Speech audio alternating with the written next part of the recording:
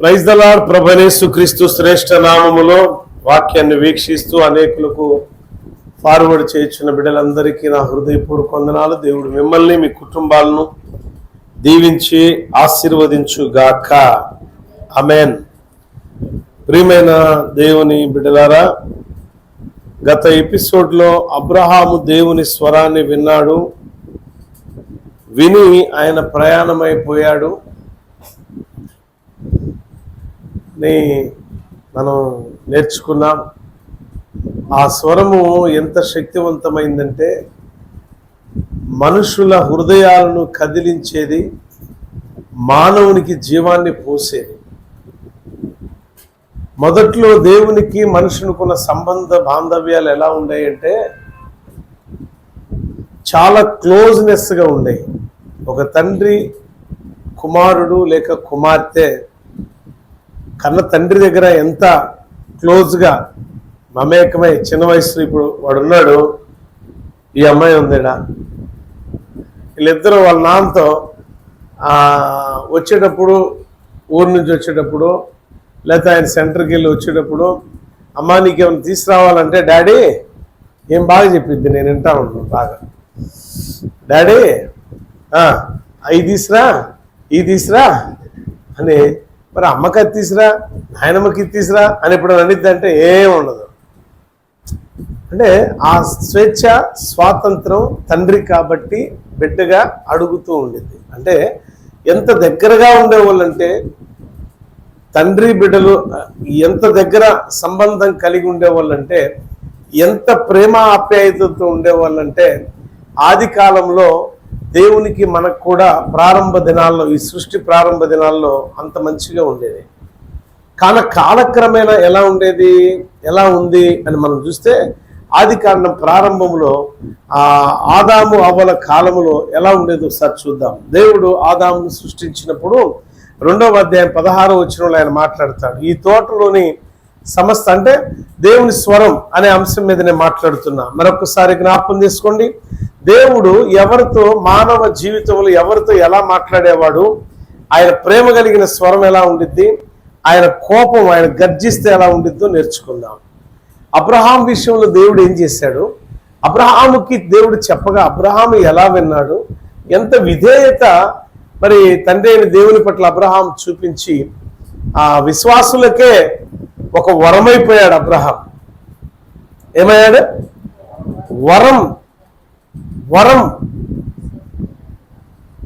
ఏంటా వరం అంటే, తన వారసత్వానికే వరంగా మారాడంటే, బహుమతిగా మారాడు. అంటే బిడ్డలారా, నాశనం అయిపోతే ఇలా ఉంటారు, దేవుని మాట ధిక్కరిస్తే ఇలా ఉంటారు, దేవుని మాట నాలాగా వింటే ఇలా ఉంటారయ్యా. ఒక సూచన, ఒక ఐకాన్ లాగా తయారైపోయాడు అబ్రహాం విశ్వాసులకి. ఈరోజు మనందరికీ ఒక మార్గదర్శి ఎవరు అంటే విశ్వాస జీవితంలో అబ్రహామే. అందుకే తండ్రి అయిన అబ్రహామా అని పిలుస్తారు విశ్వాసులు. అయితే ఆది కాలంలో అబ్రహాము రాకముందు జరిగిన సంఘటనలు కొన్ని చెప్పుకుందాం. ఒకటి 2వ అధ్యాయం 16వ వచనం చూస్తే, ఆది కాండంలో అక్కడ దేవుడైన యెహోవా ఈ తోటలోని ప్రతి వృక్ష ఫలాలు నీవు నిరభ్యంతరంగా లేక మీరు నిరభ్యంతరంగా తినవచ్చు. అయితే మంచి చెడ్డల తెలివినిచ్చే వృక్షం జోలికి మాత్రం మీరు వెళ్ళొద్దు, తినొద్దు. ఏమంటే నువ్వు తింటే నిశ్చయముగా, ఎవరు చెప్తున్నారు ఇది? ఎవరు చెప్తున్నారు? దేవుడు ఆదాముతో ఎంత దగ్గరగా ఉండి మాట్లాడుతున్నాడు వినండి జాగ్రత్తగా. అయ్యా, ఈ తోటలో ఉన్న ఫలాలన్నీ తినేసాయి. ముఖాముఖిగా మాట్లాడుతున్నాడు. బిడ్డ, ఈ తోటలో ఉన్న ఈ మంచి చెడులు తెలిపే ఫలవృక్షం తప్ప ఏ ఫలమైనా తిను, ఏదైనా నువ్వు అనుభవించు. కానీ అదిగో అది మాత్రం నువ్వు టచ్ కూడా చేయదు. ఒకవేళ ఆ ఫలాన్ని నువ్వు తిన్న రోజు నువ్వు చచ్చిపోతావు. మనం అనుకుంటాం మరి ఆదాము చచ్చిపోయాడా తినగానే? ఏమండి, తినగానే చచ్చిపోయాడా? మరేం దేవుని మాట తప్ప? దేవుని మాట తప్ప తినగానే చచ్చిపోవాలి కదా. ఎందుకు చచ్చిపోలేదంటే నిత్యత్వములో నుండి లేక నిత్య జీవములో నుండి ఆయన గెంటి వేయబడుటయే చచ్చిపోయిన దానికి సాదృశ్యం. శాశ్వతమైన దానిలో నుండి అశాశ్వతమైన వాటిలోకి వచ్చి పడిపోయాడు. శాశ్వతమైన జీవములో నుండి అశాశ్వతమైన జీవితంలోనికి దిగజారిపోవడమే చచ్చిపోవడం. ఎప్పుడైతే ఈ ఫలాన్ని నేను తినొద్దన్నాను కదా, నువ్వు తిన్నావు, తింటే నువ్వు చచ్చిపోతావు, అంటే నాకు దూరం అయిపోతావు. దూరం అయిపోయాడా లేదా? 3వ అధ్యాయంలో చూసినట్లయితే ఆదికాండం, అక్కడ ఆయన మాట్లాడటానికి వచ్చినప్పుడు భయపడతారు. చూడండి, ఆదాము అవ్వలు 3వ అధ్యాయం 8వ వచనం నుంచి 8 నుంచి చదవడం చెప్తా. చల్లపోటను ఆదాము అతని భార్య అయిన అవ్వమ్మ అమ్మా తోటలో సంచరించుచున్న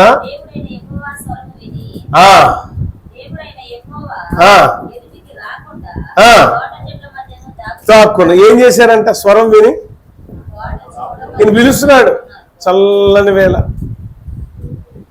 బాయ్ ఆదామా బిడ్డా అని పిలుస్తున్నాడు. అంటే ఇక్కడ నేను అనే మాట ఏంటంటే, దేవునికి మానవునికి ఎంత దగ్గర సంబంధం ఉంది. ఆ సంబంధ బాంధవ్యాలను మనం ఎందుకు కోల్పోయామంటే మాట వినకపోవడం వల్ల కోల్పోయాం. దేని వల్ల కోల్పోయాం అంటే, దేవుడు మనం ఎలా ఉండేవాళ్ళం అంటే ఆయనతో సహవాసం, ఆయనతో స్నేహం, ఆయనతో ప్రేమానుబంధం కలిగి ముడిపడిపోయి ఉండేవాళ్ళం, ఆయనతో పెనవేసుకుని ఉండేవాళ్ళం. ఓ తండ్రి బిడ్డను ఏ రీతిలో పెనవేసుకొని ఆ బిడ్డను తండ్రి ఏ రీతిలో ముద్దులాడుతూ చేరదీస్తూ ఉంటాడో, తండ్రి అయిన దేవుడు కూడా ఆనాటి కాలంలో ఆదాము అవ్వలను అంతగా ప్రేమించాడు. కానీ ఆ విలువైన ప్రేమకు దూరమైంది ఎక్కడంటే మాట వినకపోవటం వల్ల మాత్రమే. దేని ద్వారా? ఏం వినాలి? ఏం మాట వినాలి? మాట వినకపోవడం అంటే ఏంటి? ఆయన ఒకటి చెప్పాడు, అయ్యా నువ్వు అన్ని భుజించు, అన్ని ఫలాలు తిను, కానీ ఒక్కటి గుర్తుంచుకో, ఈ మంచి చెడు తెలిపేది నీకు లోకంలో ఉన్న మంచి చెడుని తెలిపేది. ఈ మంచి చెడు తెలిపే ఫలాన్ని అసలు భుజించొద్దు. అది భుజించకపోతే యుగయుగాలు నాతో ఉంటావు. అది భుజించిన మరుక్షణం నీకు ఒక ఆయుష్కాలం ఉండిద్ది. ఆ ఆయుష్కాలం ముగింపు తర్వాత నువ్వు చచ్చిపోతావు. జడ్జిమెంట్ కాలం వరకు నువ్వు వెయిట్ చేయాలి.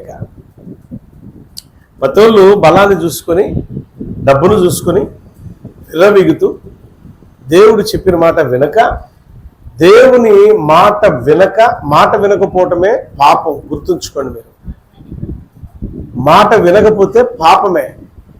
వాక్యాన్ని విననొల్లని వాడు శాపగ్రస్తుడని ఇర్మియా ప్రవక్త ద్వారా దేవుడు ఎందుకు చెప్పాడు? ఈ నిబంధన వాక్యమును విననొల్లని వాడు శాపగ్రస్తుడు. 11వ అధ్యాయము ప్రారంభంలో ఉంటుంది. ఇర్మియా గ్రంథం 11వ అధ్యాయం ప్రారంభంలో ఉంటుంది. ఆ ప్రారంభ వాక్యాలు ఒకసారి మనం చదివితే దాంట్లో మనకి ఏం కనపడతాయంటే, నిబంధనతో కూడుకున్న ఈ మాటలు ఎవరైతే వినలేదో వాడు శాపగ్రస్తుడుగా మిగిలిపోతాడని ఉంది. యెహోవా యొద్ద నుండి ఇర్మియాకు ప్రత్యక్షమైన వాక్కు ఏంటది? ఏమా అందరూ వినాలా, చెవి గలవారు వినుగాక. అయ్యా తండ్రివైన స్వయంభవుడైన మహా గొప్ప దేవుని దగ్గర నుంచి భక్తుడైన ఇర్మియాతో దేవుడు మాట్లాడుతున్న ఉపదేశం ఏంటంటే, ఈ నిబంధన వాక్యములు చదవమ్మా.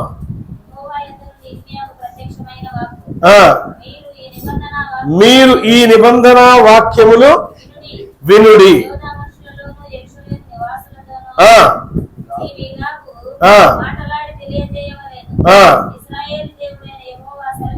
ఏమనగా ఈ నిబంధన వాక్యములు ఎవరంట? వాళ్ళు ఇప్పుడు ఆది కాలంలో ఆదాము అవ్వలు ఏమైపోయారు? మాట వినకపోతే ఏమైపోయారు? మాట విన్న అబ్రహాము ఏమయ్యాడు? ఒకటి, మాట విన్న అబ్రహాం మొట్టమొదటి ఏం చేశాడంటే, వాగ్దాన భూమి నేను చూపించు ప్రదేశానికి వెళ్ళమన్నాడు. 12వ అధ్యాయం 1వ వచనం చదవండి ఒకసారి.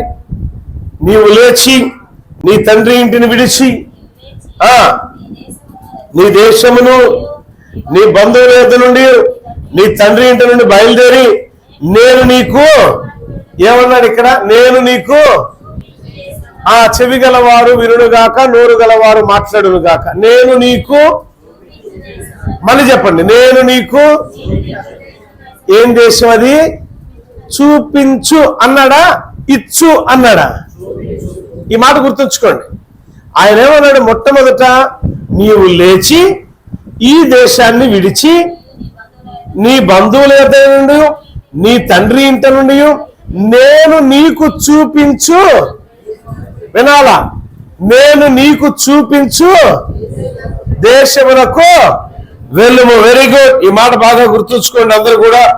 దేవుడు అంటున్నాడు, నేను నీకు చూపించు దేశమునకు వెళ్ళు, నిన్ను గొప్ప జనముగా చేసి నిన్ను ఆశీర్వదించేదను. ఆమేన్, హల్లెలూయా. 12వ అధ్యాయం 7వ వచనం దగ్గరకు వచ్చేసరికి ఆయన ఏమంటున్నాడు చూడండి ఒకసారి. చూపించు దేశానికి వెళ్ళమన్న దేవుడు ఏమన్నాడు? దేవుడు చూపించే, నోరుండి వాళ్ళు నేను చెప్పిన పదాన్ని చెప్పండి. చూపించే దేశానికి వెళ్ళు అన్నాడు దేవుడు. ఏమన్నాడు? అన్న దేవుడు ఏమన్నాడు తెలుసా? 7వ వచనానికి వచ్చేసరికి చదవండి ఒకసారి.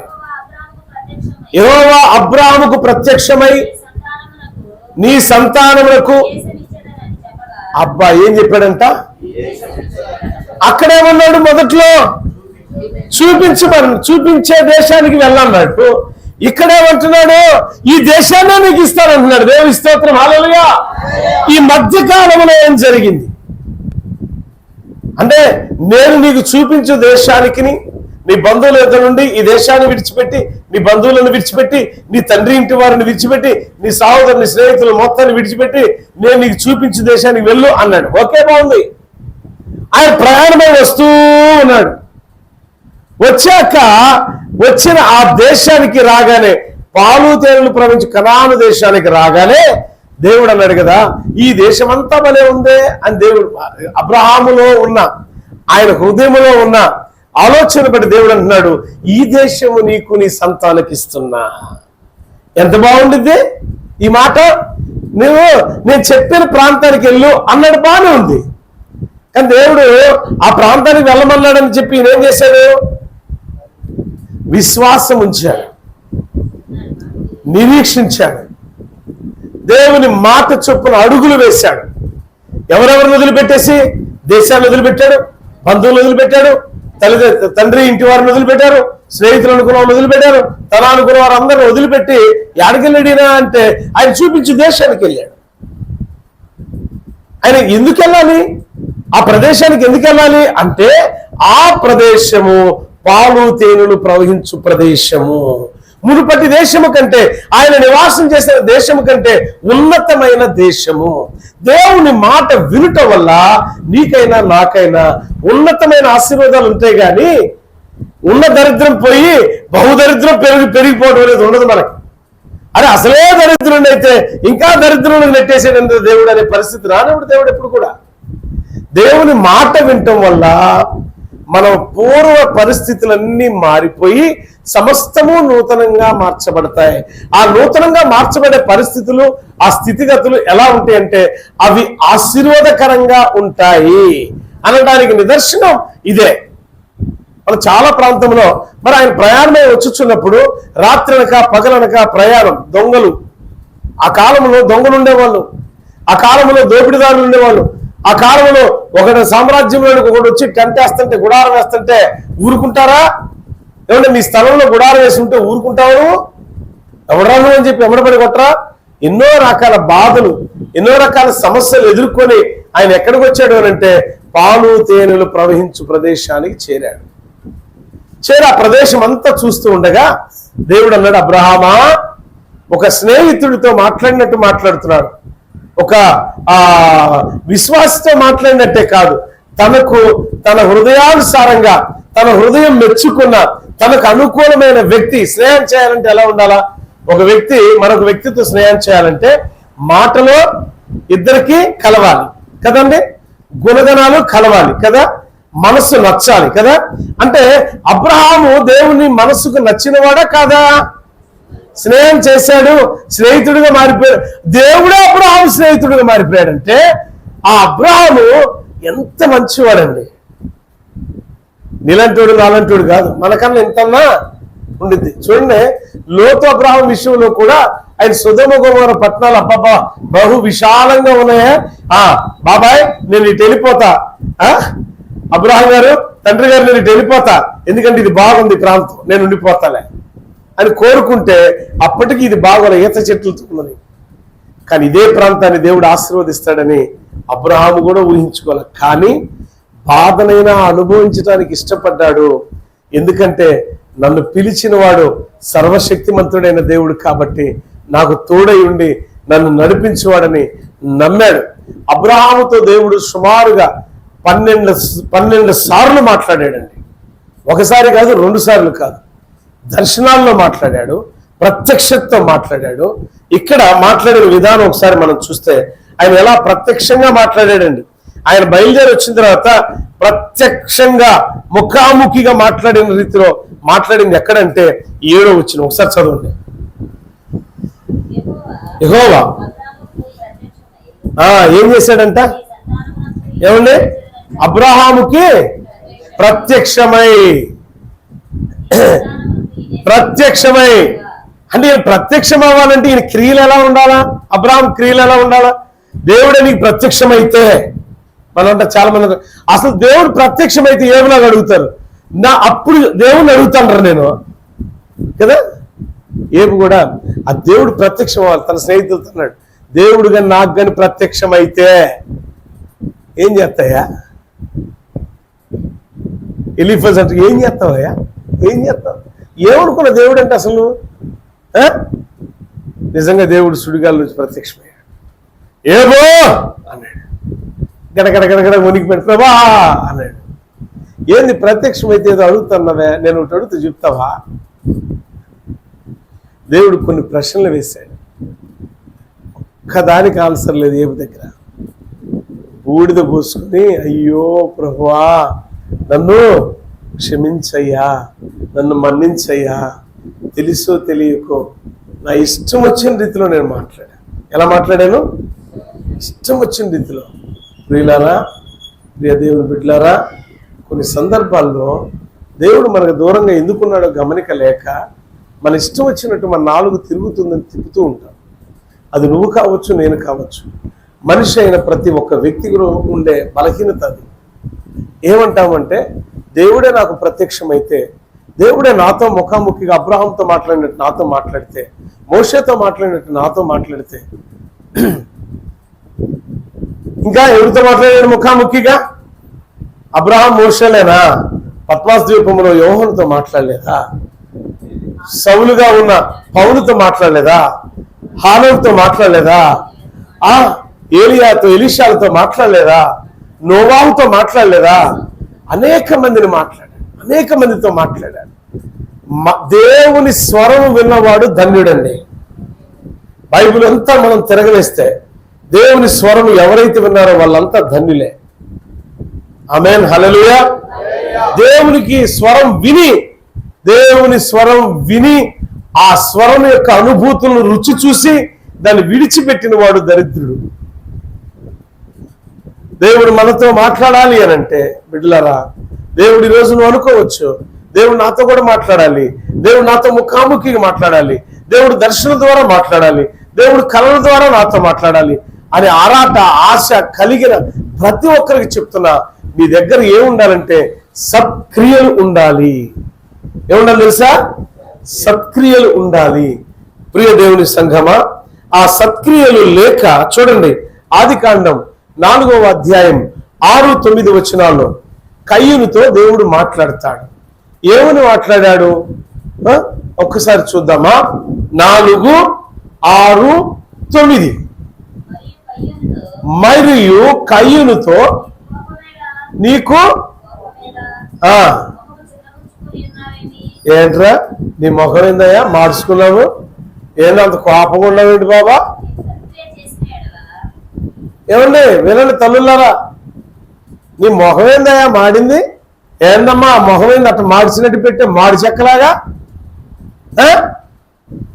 అంటే దేవుడు నేను నీకేం చేయలేదనా, నీ పక్కన చేశాననా, నీ పక్కన అమ్మాయికి చేశాననా? ఆమెకు నీకు ఆయనకు నీకు ఉన్న వ్యత్యాసం ఏంటంటే నీవు సత్క్రియలు సరిగ్గా చేస్తే దేవుడు ఏమంటున్నాడు చూడండి అక్కడ, నీవు సత్క్రియలు చేసిన ఎడలా చూడు, నువ్వు తలెత్తుకొని చిన్నబుచ్చుకోవాల్సిన అవసరం ఏంటమ్మా నీకు? నువ్వెందుకు చిన్నబుచ్చుకుంటున్నావు? కారణం ఏంటంటే సత్క్రియలు లేక. ఏం లేక? సత్క్రియలు చేసిన వాడు తలెత్తుకొని బ్రతుకుతాడు, సత్క్రియలు లేనివాడు తలదించుకొని బ్రతుకుతాడు. దేవుడు చెప్పే సందేశం ఒకటే, నీవు సత్క్రియలు చేసిన ఎడల ఎలా ఉంటావు? తల ఎత్తుకొని బ్రతుకుతావు. హేబేలు తలెత్తుకొని బ్రతికాడు. దేవుడు ముఖాముఖిగా మాట్లాడుతున్నాడు, మనం ఎలా బ్రతకాలి, ఎలా ఉండాలని కూడా చెప్తున్నాడు ఇక్కడ. నీవెందుకు ముఖం చిన్నబుచ్చుకోవటం ఎందుకు? అంత అవసరం ఏంటి? నువ్వు చిన్నబుచ్చుకోవాల్సిన అవసరం లేనే లేదు. ఎందుకంటే నువ్వు సత్క్రియలు చేస్తే తలెత్తుకునే బ్రతుకుతావు.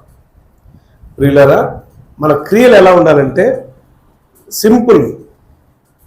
ఈ యొక్క కయ్యూనుతో మాట్లాడాక దేవుడు ఎవరితో మాట్లాడాడు అని అంటే నోవాహుతో మాట్లాడాడు. 6వ అధ్యాయానికి వచ్చేసరికి నోవాహుతో దేవుడు చెప్పిన సందేశం ఏంటి తెలుసా? ఈ భూమి అంతా చెడిపోయింది. 6వ అధ్యాయంలో నోవాహుతో దేవుడు మాట్లాడుతున్నాడు. 12వ వచనం ఒకసారి చూడండి.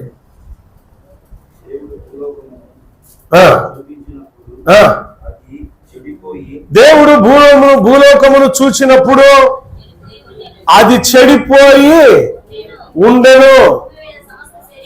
భూమి మీద సమస్త శరీరులు తమ మార్గమును ఏం చేశారంటమ్మా?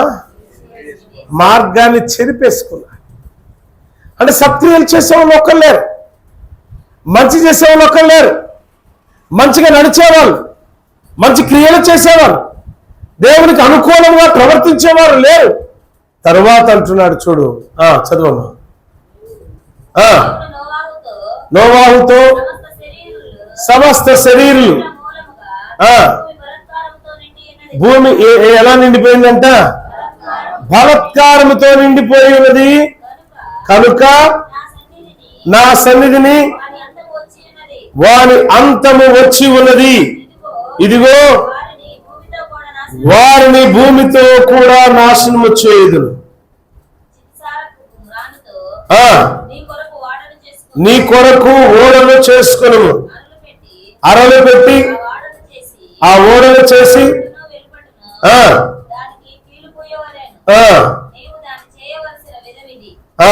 అదంతా చెప్పుకొచ్చిన తర్వాత 8వ వచనం అంటాడు, అయితే నోవాహు యెహోవా దృష్టి యందు కృప నొందిన వాడాయెను. యెహోవా దృష్టిలో ఎలా ఉన్నాడట? కృప పొందిన వాడయ్యా. అంటే సత్క్రియలు చేసేవారు కృప పొందుతారండి. అంటే నోవాహుకి దేవుడు ఏ గైడెన్స్ అయితే చేశాడో, ఓడ నిర్మాణం ఎలా చేయాలి, ఓడకు పూయవలసింది కీలు ఇలా పూయాలి, ఆ అరలు ఇలా పేర్చి పెట్టుకోవాలి, ఆ పెంచుకొని నేను చెప్పింది నువ్వు చేస్తే నీతో పాటు నీ కుటుంబం అనగా నీ భార్య, నీ కుమారులు, నీ కోడళ్ళు అందరూ కూడా ఆ ఓడలో రక్షించబడతారు. కానీ భూమి మీద నివాసం చేసిన మనుషులందరూ తుడిచివేయబడతారు. దేవుడు చెప్పింది నోవాహు చేశాడా లేదా? ఏమా చేశాడా? చేసి ఏమయ్యాడు? నిందారహితుడుగా, నిర్దోషిగా, దేవుని కృపను పొందుకున్నవాడిగా మారిపోయాడు. కారణం ఏంటంటే సత్క్రియ. ఏంటి చెప్పండి? అది సత్క్రియ. ఇప్పుడు అబ్రాహాము దగ్గరకు వద్దాం. నోవాహు దగ్గర నుంచి అబ్రాహాం దగ్గరకు వస్తున్నాం.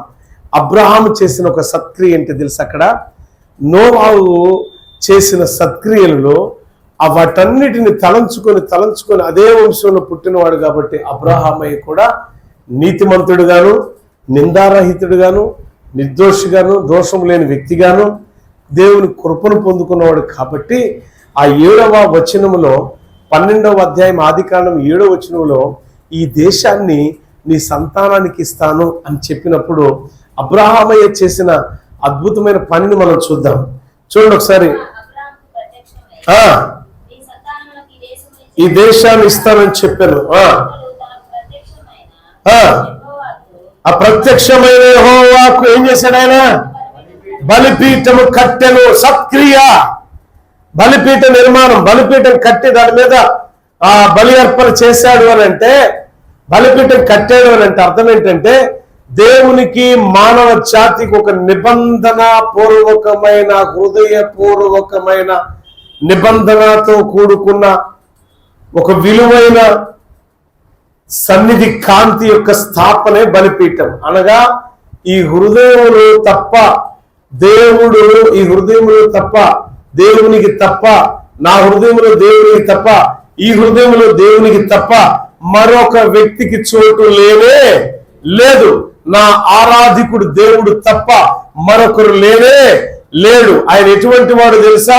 సర్వశక్తిమంతుడు, అనగా స్వయంభవుడైన మహా గొప్ప దేవుడు, ఉన్నవాడును అనువాడును అయ్యున్న దేవుడు. కాబట్టి ఆయనకు నాకు నిబంధనగా ఇదిగో నా హృదయం అనే బలిపీఠాన్ని సర్వ సమాజమును మానవ జాతంతయు చూచు విధముగా దేవుని యందు భయము భక్తి కలిగిన వాడి ఒక వ్యక్తిగా దేవుని సన్నిధి ఆయన మధ్య నివాసం చేయు విధంగా దేవునికి బలిపీఠం కట్టాడు.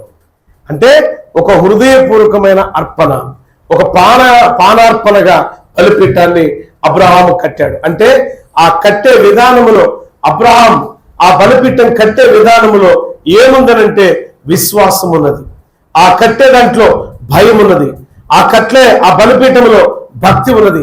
ఆ బలిపీఠం కట్టిన విధానాన్ని బట్టి సత్క్రియలు ఆయన వెన్నంటే ఉన్నాయి. అందుకే దేవుడు ప్రతి క్షణం అబ్రహామును వెన్నంటి మాట్లాడుతూ ఉన్నాడు. ఈరోజు దేవుడు మనతో మాట్లాడతలేదంటే అటువంటి సత్క్రియలు మన దగ్గర లేవు. ఎటువంటి సత్క్రియలు? నోవాహులో ఉన్న సత్క్రియలు, అబ్రహాములో ఉన్న సత్క్రియలు, వారి ఇరువురు కంటే ముందు హేబేలులో ఉన్న సత్క్రియలు మనలో ఉన్నాయా? లేవు. దేవుడు ఎలా మాట్లాడతాడు? నీ దగ్గర నింద మోపాలంటే నీ మీద ఎవరు నింద మోపాల్సిన పనిలే. నువ్వు అద్దం ముందు నుంచొని దేవుని దగ్గర నువ్వు ఎలా ఉంటున్నావు ఒక్కసారి నువ్వు ఊహించుకో. అద్దం ముందు నీ ముఖాన్ని చూసుకుంటే నువ్వు చేసే పని ఏంటో ఒకసారి ఆలోచించు. దేవుని దగ్గర సత్క్రియలు ఏం చేయగలుగుతున్నావు? నువ్వు దేవునికి ఇష్టమైన బలియాగం ఏం చేయగలుగుతున్నావు? మొదటి బలియాగమే మన హృదయం. దేవునికి హృదయాన్ని ఇచ్చిన వాడు ఏదైనా ఇవ్వగలుగుతాడు. దేవుని హృదయాన్ని ఇవ్వగలిగితే దేవుడు ఏదైనా మనిషిని చేయగలడు. ఎంత గొప్ప వ్యక్తికైనా మార్చగలడు. ఒక్క మాట వినటం ద్వారా ఫస్ట్ చూపించే దేశం అని చెప్పి చూపించిన దేశాన్నే దేవుడు బహుమతిగా ఇచ్చాడండి. దేవుని స్తోత్రం, హల్లెలూయా. ఆ భూమి ఈరోజు ఇశ్రాయేల్ దేశం. ఆ దేశాన్ని చూస్తేనే ప్రపంచ ప్రజలు కూడా మునిగిపోతారు. కారణం ఏంటంటే వాళ్ళంత జ్ఞానులు, అంత జ్ఞాన సంపద ఉంది వాళ్ళ దగ్గర. ఆ భూమే అంత ఆశీర్వాదకరమైన భూమి. అక్కడ పండే పంటలు దీవెనకరమైనవి, ఆరోగ్యకరమైనవి, ఆశీర్వాదకరమైనవి. దేవుడిచ్చే వాగ్దానం అంత గొప్పగా ఉండింది. దేవుడు నీకు కూడా పరలోకపు వాగ్దానాన్ని ఇస్తున్నాడు. పరమ యెరూషలేములోనికి నిన్ను రమ్మని పిలుస్తున్నాడు. నువ్వు ఎలా ఉండాలా? సత్క్రియలతో కూడుకున్న పనులు నీకు ఉండాలి. ఎలా? హేబేలు సత్క్రియ ఉన్నది. ఆయన హృదయపూర్వకమైన అర్పణ మొట్టమొదట తన మంద గొర్రెలలో క్రొవ్విన దాన్ని తీసుకొచ్చి దేవునికి బలిగా అర్పించాడు. ఇవ్వబట్టి ఆయన సత్క్రియ అంటే దేవునికి ఇచ్చే విషయంలో పరిపూర్ణమైన అర్పణ హేబేలులో దేవుడు చూశాడు. కానీ హేబేలు ఆ కయ్యూని ఏం చేశాడు? కయ్యూనికి ఇష్టమైంది, దేవునికి ఇష్టంగా కయ్యూనికి ఇష్టమైంది పంట పొలాల్లో కొంత తీయటం, కొంత వేయటం, కొంత తీయటం. అరే ఈ కాయలు మరీ బాగుండే, నేను తింటాను కన్నా ఉపయోగపడతలేదు, పక్కన పెట్టాను. బాగుండి వల్ల దేవునికి వేసేయటం. తీసుకెళ్ళి దేవుడైతే నీకు చూడు ఎన్ని గంపలు తెచ్చిపెట్టారో తినేసేయ అన్నాడు. దేవుడు ఇష్టపడతాడా? మరి పక్కింటో ఇష్టపడతాడు. పురుగు పెట్టిన ఏమన్నా ఎత్తట్టునే కొద్దిగా చిన్న డ్యామేజ్ అయింది. కానీ మామిడికాయలు ఆ డ్యామేజ్ తీసుకుని తినంటే ఆ ఎదుటాడు ఏమంటాడు? ఎదుటాడు వద్దు, ఎదుటాడు నీకు ఇస్తే నువ్వేమంటావు చెప్పు. ఎట్ట కనపడుతున్నావు? ఏమన్నా ఎట్ట కనపడుతున్నావు? నేను నీకు పుచ్చిపోయి తినేదానిలా కనపడుతున్నానా? కోపం వచ్చిందా రాదా? అరే నీకే అంత కోపం ఉంటే నువ్వు చేసే క్రియల్లో దేవునికి ఎంత కోపం ఉండాలా? నువ్వు చేసే క్రియల్లో దేవునికి ఎంత కోపం ఉండాలా? ఈ మందలోని గొర్రె పిల్లల్ని బాగా శ్రేష్టమైన దాన్ని తీసుకొచ్చి బలిగా అర్పించాడు హేబేలు. ఆ సత్క్రియ అక్కడే చూశాడు. పనికి మళ్ళీ అన్నీ తీసుకొచ్చాడు. అంతేకాదు, అసలు ఇక్కడ ఇష్టమైంది ఏంటంటే రక్తార్పణ దేవునికి ఇష్టమైన బలియా, ప్రాణార్పణ దేవునికి ఇష్టమైన బలియా. ఆ దినాలలో క్రొవ్వినది, కలంకము లేనిది, మచ్చలేనిది, డాగు లేనిది, తన గొర్రెల మందలో శ్రేష్టమైనది అనుకున్నది తీసుకొచ్చి ఇచ్చాడు.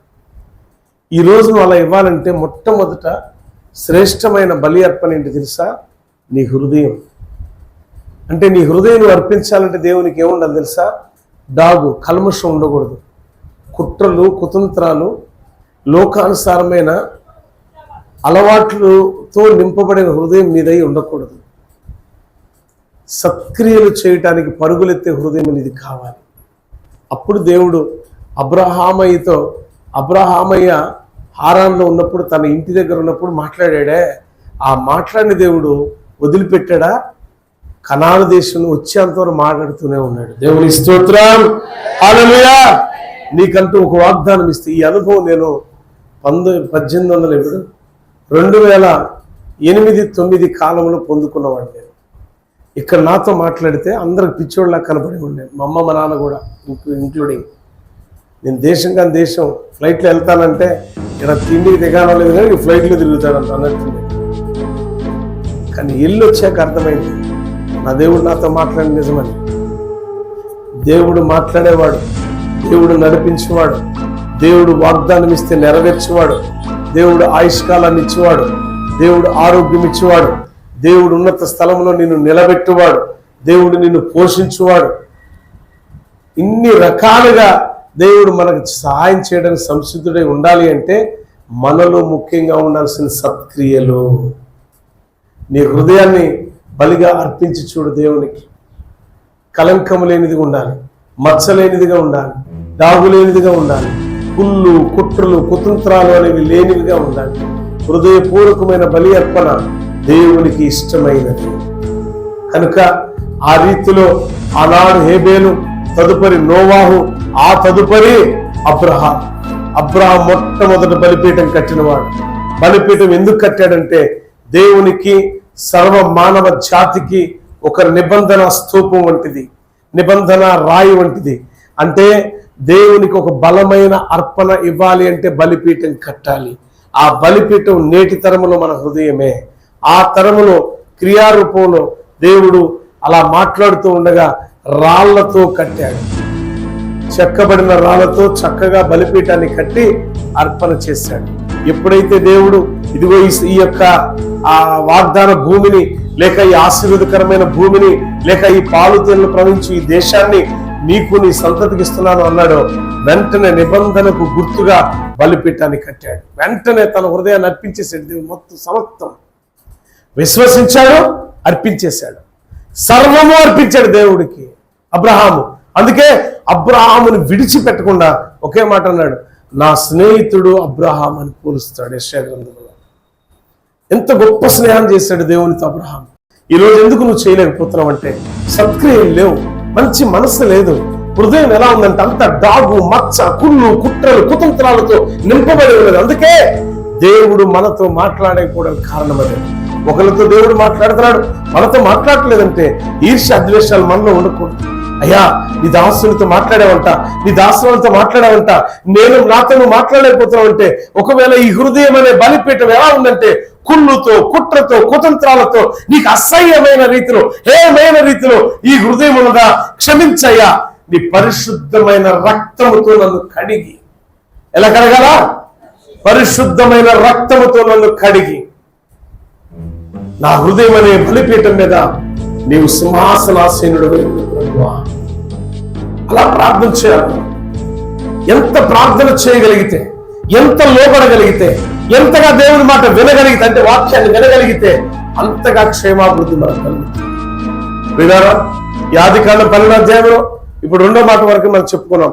ఆయన ప్రయాణమై వెళ్ళాడు, ఆయన స్వరాన్ని విన్నాడు, ప్రయాణమై వెళ్ళాడు, వెళ్ళిన ప్రదేశాన్ని, ఇదిగో నేను చూపించు ప్రదేశానికి వెళ్ళన్నాడు, కానీ అదే చూపించు ప్రదేశాన్ని దేవుడు ఇస్తాడు అని చెప్పి ఏనాడు అబ్రహాం అనుకోలా.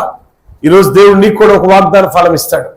ఆ వాగ్దాన దేశాన్ని స్వతంత్రించుకోవాలంటే నీ దగ్గర సత్క్రియలు ఉండాలి, మంచి గుణం ఉండాలా, మంచి బుద్ధి ఉండాలా, మంచి ఆలోచనలు ఉండాలా. నీ హృదయ ఆలోచనలు, నీ హృదయ తలంపులు దేవునికి అయిష్టంగా ఉన్నాయా? కయ్యూను వలె నువ్వు ఉన్నావా? ముఖం మాడి చెక్కలాగా మార్చుకునే వ్యక్తిగా నువ్వు ఉన్నావా? అమ్మా, నువ్వు తల దించుకునే వ్యక్తిగా ఉన్నావా? తల ఎత్తుకునే రీతిలో ఉన్నావా? నీ సత్క్రియలు తల ఎత్తుకునే రీతిలో ఉండాలి. అనేకులకు ఆదర్శవంతంగా ఉండాలి మనం. అప్పుడే దేవుడు మనం అడిగినవన్నీ ఇస్తాడు. అడక్క ముందే దేవుడు ఆ దేశాన్ని నాకు అని అడగల. అబ్రహాం అడిగాడా? ఏమా దేవుడు అబ్రహాము దేవుణ్ణి దేవుడా ఈ దేశం నాకు భలే ఉంది, ఇచ్చేసారు అది నాకు అని అన్నాడా? అల్లా, పరాయి దేశం. కానీ ఆ దేశం చూసి అబ్రహాం చాలా సంతోషపడ్డాడు. దేవుడు ఇక్కడ ఏం చేయబోతున్నాడో, ఏం చేస్తాడని ఆశగా ఎదురు చూస్తున్నాడు. కానీ అదే అబ్రహాం వైపు చూసిన దేవుడు అంటున్నాడు, అబ్రహామా ప్రత్యక్షమై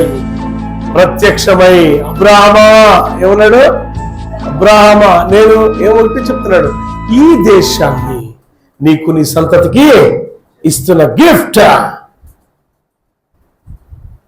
గా ఇచ్చేస్తాడు. ఆశీర్వాదకరమైన భూమిని దేవుడు నీకు స్వతంత్రించుకునే బహుమతిగా ఇవ్వాలి అంటే అబ్రహాము వారసులుగా మనం ఉండాలి. అబ్రహాం ఎంత గొప్ప వారసత్వం అంటే, అబ్రహాం వారసులు వారు అబ్రహాముని పోలి నడవాలి. ఏం పోలి ఎలా నడిచాడు అబ్రహాం అంటే, స్వరం విన్నాడు, చిత్తం ప్రభావం తలదించుకున్నాడు విధేయతతో. తన దేశాన్ని వదిలిపెట్టాడు, బంధువులు వదిలిపెట్టాడు, తల్లిదండ్రులు వదిలిపెట్టాడు, తన అనుకున్న వారన్నిటిని విడిచిపెట్టి దేవుడు చూపించు దేశానికి వచ్చాడు. ఆ దేశమే అబ్రహాం దేశమైంది. ఆమేన్, హల్లెలూయా. దేవుడు చూడు, ఒక వ్యక్తిని ఉన్నతమైన స్థితిలో నిలబెట్టాలి అంటే దేవుడు తలుచుకుంటే అబ్రహాము కూడా అందనటువంటి గొప్ప ఆశీర్వాదాన్ని దేవుడు అబ్రహాం ఇచ్చాడు. కారణం అబ్రహాముకి దేవునికున్న నిబంధన. నీకు దేవునికి ఎలాంటి నిబంధన కలిగి ఉన్నావు? నువ్వు దేవునితో ఎలాంటి సంబంధ బాంధవ్యాలు కలిగి ఉన్నావు దేవునితో? ఒక్కసారి పరిశీలన చేసుకో. అయ్యా తప్పైందయ్యా, ఇదిగో ఆనాడు మా పితరులు ఆదిలో ఆదాము అమలు చేసి తప్పు చేసి మాట వినకపోవడం ద్వారా గెంటి వేయబడ్డారు. ఆ గెంటి వేయబడే గుంపులో మేము ఉండక, అయ్యా నీ సన్నిధిలో ప్రలాపించే గుంపులో మేము ఉండాలని ప్రార్థన చేద్దాం. దేవుడి మాటలు దీవించుగాక. ఆమేన్. మహాపరిశుద్ధుడా, మహోన్నతుడా, నీకు స్తోత్రాలు. చెప్పబడిన వాక్యం ప్రతి బిడ్డ హృదయంలో ఫలింపచేయండి అయ్యా, ఆశీర్వాదకరంగా మార్చండి నాయన. అయ్యా నిజమే ప్రభువా, ఆదిలో ఆదాము అవ్వలకు ఇచ్చిన వాగ్దాన ఫలభూమి, ఫలవంతమైన భూమిని మీరు ఇచ్చి ఉన్నారు. కానీ ప్రభు ఏదైతే తినవద్దు అని మీరు అన్నారో అదే తిని నీ మాట అతిక్రమించి సత్క్రియలు చేయక గెంటి వేయబడ్డారు. ఏబేలు కాలం, కయ్యూను కాలములో ఏబేలు సత్క్రియలు చేశాడు, స్వీకరించబడ్డాడు. కయ్యూను తలదించుకున్నాడు, ముఖం వికారంగా పెట్టుకున్నాడు. మేము అలా ఉంటున్నామా? కయ్యూను వల్లే మేము ఉంటున్నామా? క్షమించండి అయ్యా. ఏబేలు వంటి అర్పణ మేము అర్పించాలి. నోవాహులే నీతిమంతుడుగాను భక్తిపరుడుగాను నువ్వు చెప్పినట్టు సత్క్రియలు చేసే వ్యక్తిగాను మేము ఉండాలి. మా కుటుంబం ఉండాలి. ఆ రీతిలో మా కుటుంబంలో ఉన్న దోషాన్ని మేము కడుక్కోవాలి. మా కుటుంబంలో ఉన్న రోగాలను మేము తొలగింపజేసుకోవాలి. సత్క్రియల ద్వారా సమస్తము సాధ్యమే. సత్క్రియల ద్వారా అబ్రహాము అయా ఇది నువ్వు చూపించు దేశమని చెప్పినప్పుడు మొదట ప్రారంభమై వెళ్ళాడు. కానీ నువ్వు చూపించే దేశమే ఆయనకు వాగ్దాన ఫలాన్నిచ్చే భూమిగా ఆయన అనుకోని పక్షముల ప్రభా అనుకొని ఉండాల, ఊహించుకొని ఉండాల. కానీ ఊహించుకున్న దానికంటే ఎక్కువగా ప్రభ నువ్వు ఇచ్చావు. మా ఊహకందదు ప్రభ నువ్వు ఇచ్చే ఆశీర్వాదం. అందుకే నీ చిత్తము ఈ వాక్యాన్ని వీక్షిస్తున్న బిడ్డల పట్ల నెరవేర్చండి. వాళ్ళ ఊహకందనటువంటి ఆశీర్వాదాలతో నీ బిడ్డలను తృప్తిపరచండి. బలహీనులను బలపరచండి. మంచి ఆరోగ్యం దయచేయండి అయ్యా. ఉద్యోగాలు లేని వారికి ఉద్యోగాలు దయచేయండి. వ్యాపారాలు లేని వారికి వ్యాపారాలు దయచేయండి. వ్యవసాయం సరిగా లేని వారికి వ్యవసాయం అనుగ్రహించండి. చేతి వృత్తి పనులు చేయించిన బిడ్డలను మీరు దీవించండి. చదువుతున్న బిడ్డలను దీవించండి, ఆశీర్వదించండి, సహాయం దయచేయమని, సమృద్ధికరమైన దీవులతో నింపమని యేసు నామములో అడుగుచున్నాను తండ్రి. ఆమేన్. God bless you all. దేవుడు మిమ్మల్ని మీ కుటుంబాలు దీవించి ఆశ్రయించుగాక. ఆమేన్.